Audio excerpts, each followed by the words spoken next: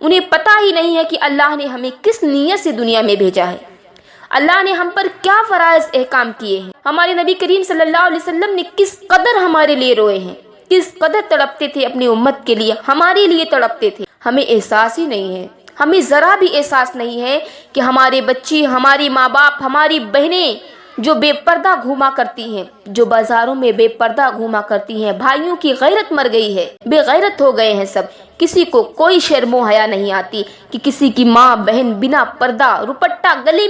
دوپٹے گلے میں فیشن کے نام پر ڈالے پھرتی ہیں، رومال کی طرح دوپٹے کو لٹکا لیے۔ نعوذ باللہ، یہ کافروں کی علامت ہے، یہ کافروں کی رویے ہیں۔ ہم اسلام کی مقدس شہزادی ہیں، ہمیں اسلام پہ چلنا ہے۔ اسلام وہ مقدس، وہ مضبوط، وہ بہترین مذہب ہے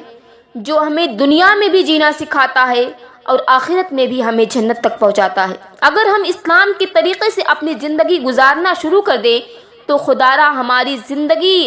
زندگی بھی جنت کا ایک ٹکڑا ہو جائے گی، اور آخرت میں تو جنت ہمارا استقبال کرے گی۔ دنیا میں بھی عزت ہے، اگر ہم اسلام کے طریقے سے اپنی زندگی گزار رہے ہیں تو دنیا میں بھی ہماری عزت ہے، دنیا میں بھی لوگ ہمارا مثال دیں گے۔ بس ایک مرتبہ حضرت فاطمہ زہرا رضی اللہ تعالی عنہ کی زندگی پر غور تو کریں میرے بھائیوں، اتنا یاد رکھیں، ایک عورت قیامت کے دن 4 مردوں کو لے کے جائے گی اپنے ساتھ۔ اگر وہ بیٹی ہے تو اپنے باپ کو لے جائے گی، اگر وہ بیوی ہے تو اپنے شوہر کو لے جائے گی، اور اگر وہ بہن ہے تو بھائی کو لے جائے گی، اور اگر وہ ماں ہے تو اپنے بیٹے کو جہنم میں لے جائے گی۔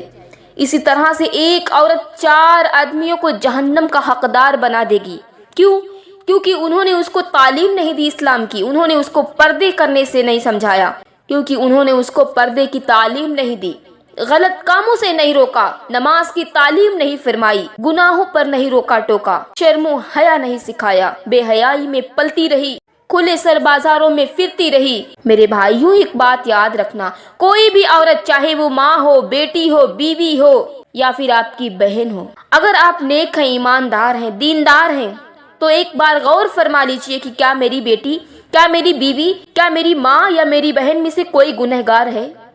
کوئی ہے جو بنا دوپٹے کے پھر رہا ہے، جو نمازیں قضا کر رہا ہے، جو چگلیاں کر رہا ہے، غیبت کر رہا ہے، اسلام کے بالکل پرے چل رہا ہے؟ تو ذرا غور فرمانے، آپ کتنا بھی نیک ہو جائیں، آپ کو جہنم میں گھسیٹ کے لے جائے گی اپنے ساتھ۔ کیونکہ جس طرح دنیا میں آپ پر فرض ہے کہ آپ اس کا خیال رکھیں، اس کی روٹی کا، اس کے کھانے پینے کا خیال رکھیں، اسی طرح یہ بھی ضروری ہے کہ آپ اسے اسلام کی تلقین کرتے رہیں، اسے اسلام کے بارے میں بتاتے رہیں، اسے اچھے اور برے کاموں کی نصیحت کرتے رہیں، گناہوں سے روکتے رہیں، بے حیائی سے روکتے رہیں۔ آج کل یہ گرل فرینڈ بوائے فرینڈ کا جو سسٹم ہے، یہ بہت ہی برا ہے،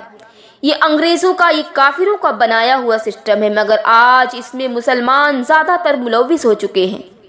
وہ بھول گئے ہیں کہ ہم کس مذہب سے تعلق رکھتے ہیں، ہم کس پاکیزہ مقدس کتاب پر بھروسہ رکھتے ہیں۔ اللہ نے ہمارے لیے قرآن پاک، پوری کی پوری قرآن پاک ہمارے لیے دے دی کہ اے مسلمان مردوں اور عورتوں، اسے پڑھو اور اس پر نصیحت حاصل کرو اور اسی کے ذریعے اپنی زندگی گزارو، اس کے بعد تمہیں ایک خوبصورت تحفہ ملنے والا ہے جنت کے نام پر۔ لیکن افسوس،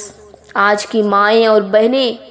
اپنی زندگی کو، دنیا میں بھی اپنی زندگی کو جہنم کا گڑھا بنا رکھا ہے اور آخرت میں بھی جہنم کا گڑھا ہی بنا رکھا ہے۔ خدا را اپنے بچوں کو پہلے اسلام کی تعلیم دیں، پہلے اسلام کی تعلیم دیں، جب وہ قرآن، اسلام، مقدس قرآن کو پڑھنا سیکھ جائیں، پھر اسے دنیاوی تعلیم کے بارے میں اطلاع دیں، پھر اسے دنیاوی تعلیم سکھائیں۔ پہلے اسے یہ تو بتائیں کہ اللہ نے ہمیں دنیا میں کیوں پیدا کیا ہے، اللہ تعالیٰ نے ہم پر کتنے احسان کیے ہیں۔ آج کل سوشل میڈیا پر فحش فلمیں، فحش ویڈیو دیکھ کر اپنی زندگی اسی میں ڈھال رہے ہیں۔ ماؤں اور بہنوں اور میرے بھائیوں، اپنی عورتوں کو، اپنے ماں بہنوں کو سنبھال لو، سدھار لو انہیں، قیامت کے دن تمہارا گریبان پکڑ کے تمہیں جہنم میں لے جائیں گے، کہیں گے کہ اے اللہ، یہی ہے میرا بیٹا، یہی ہے میرا شوہر، یہی ہے میرا بھائی، یا یہی ہے میرا باپ جس نے مجھے اسلام کی تعلیم ہی نہیں دی۔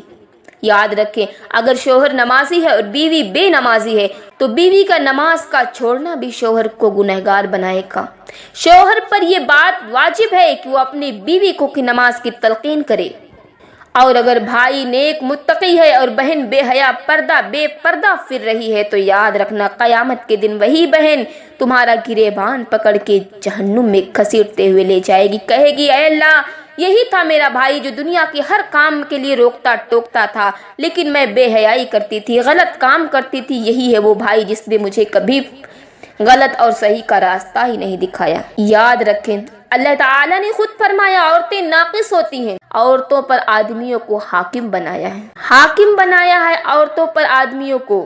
تو حاکم کو تو حکمرانوں جیسا سوال بھی ہوگا۔ خدارا ابھی وقت ہے، ابھی توبہ کر لو، اللہ تعالیٰ انتظار کر رہا ہے، آپ کی توبہ کا انتظار کر رہا ہے۔ اللہ انتظار کر رہا ہے کہ میرا بندہ یا میری بندی آئے گی، مجھ سے توبہ کرے گی اور میں اس کے گناہوں کو معاف کر کے جنت میں داخل کروں گا۔